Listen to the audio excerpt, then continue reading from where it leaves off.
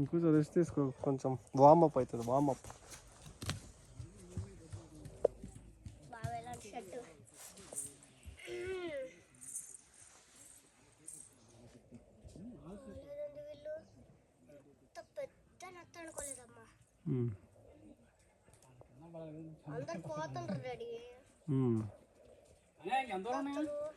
తెలియదు. మేము first time వస్తున్నాం. పోలే ఇందులోనే పోవాలి వెయిటింగ్.